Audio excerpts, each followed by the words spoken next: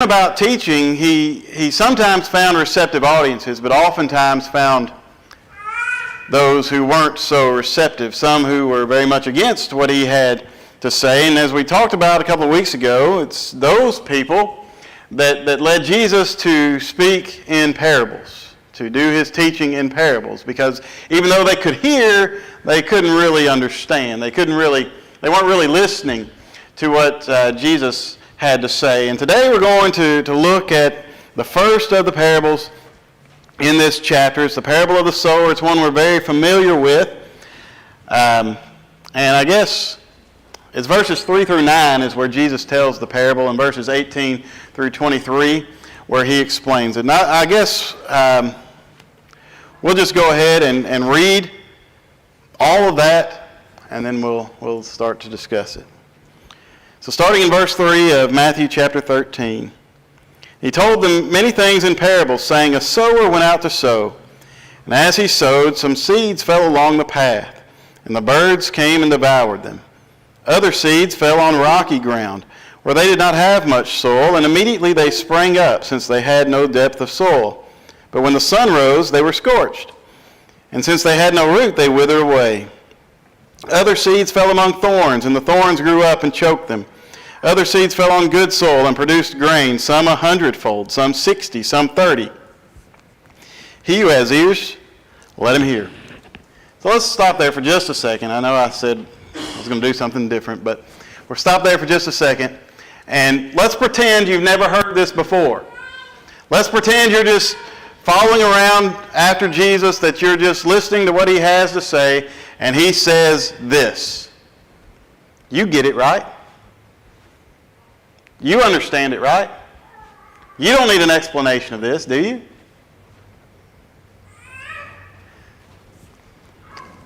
I would.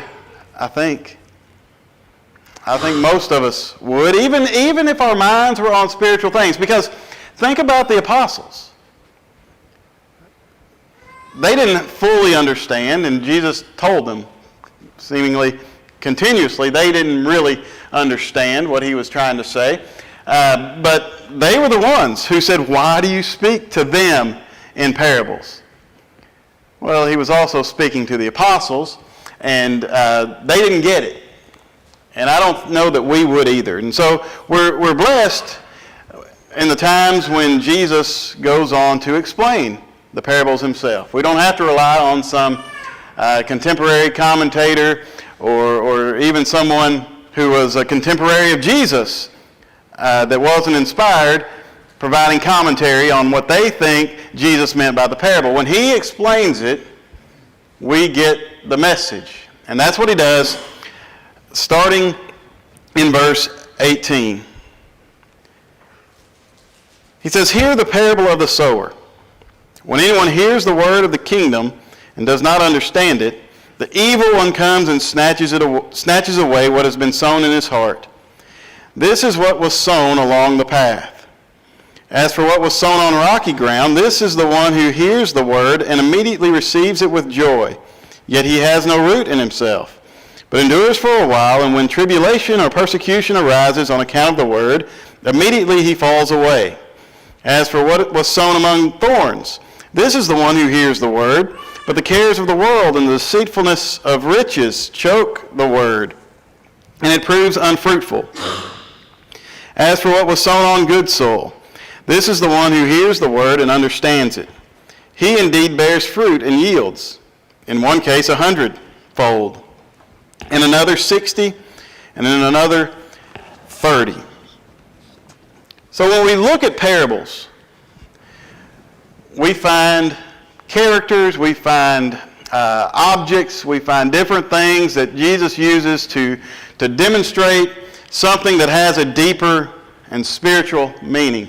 And so what do we see in this parable?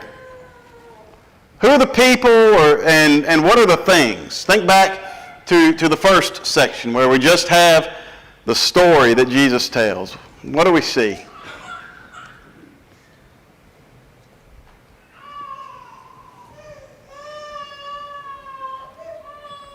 How does he begin?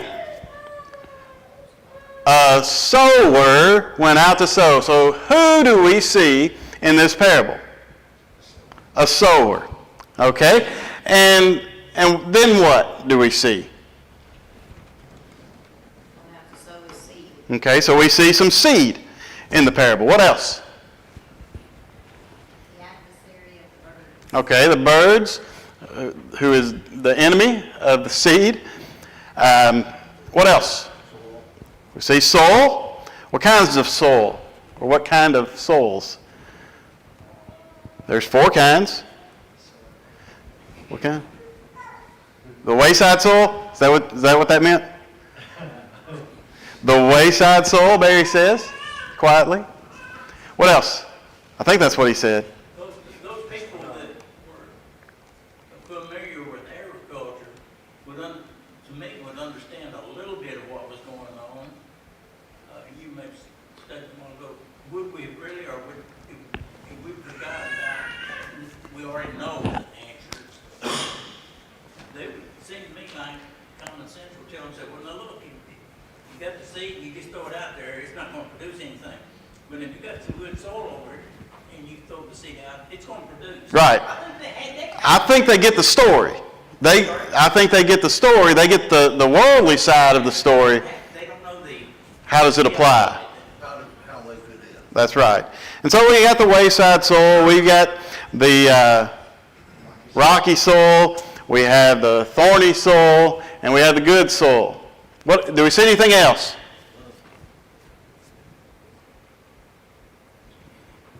I guess we could say we see fruit in the end. So what does it all mean? We see a sower. Who's the sower?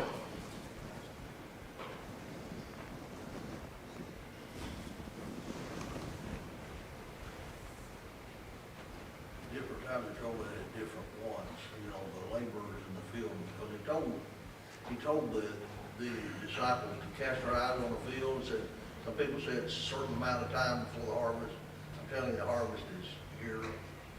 Basically, looking at it at the work, the sowers of God's people, the ones that do it, because you see at the end of this thing, those 30, 60, 100-fold, those 30, 60, and 100-fold people are doing the same thing. They're planting seed that has to produce a harvest. Okay. Otherwise they weren't any of the harvest themselves. Okay. So, could we be the sower? Should be. We should be. Could they be different sowers? It could be different sowers. It could be us. Who else could it be? Like this is maybe Christ. He's the original one that's out there, and we see every bit of this in his ministry. We see the people that completely reject him, the people that don't want anything to do with him. We see the people that are probably basically told, you're out of the family if you follow this, because we're Jews, and this man is preaching something that we don't believe. You see those that jumped in there right away, but seem to have difficulty sticking with it. And then you obviously see the ones that he chose, that stayed with him and stayed faithful to him, and they changed the world through their ministry. So maybe the original sower perhaps could have even been John the Baptist, who's presenting the word. Sow seed out on rocky soil. That's true. The book says, go ye into all the world and sow the seed. I know that's not the verbiage, but that's what it says. So he that believeth and is baptized, depending on the kind of the soil, saved, they teach others. We teach them so that they can teach faithful men, that they can teach others also. Go ye into all the world and sow the seed. Well, I can see it either way, and I think it can apply correctly either way. You drop down the parable we'll look at next week, the wheat and the tares, or the parable of the weeds, however you want to refer to it. When Jesus is explaining it in verse 37, he says, the one who sows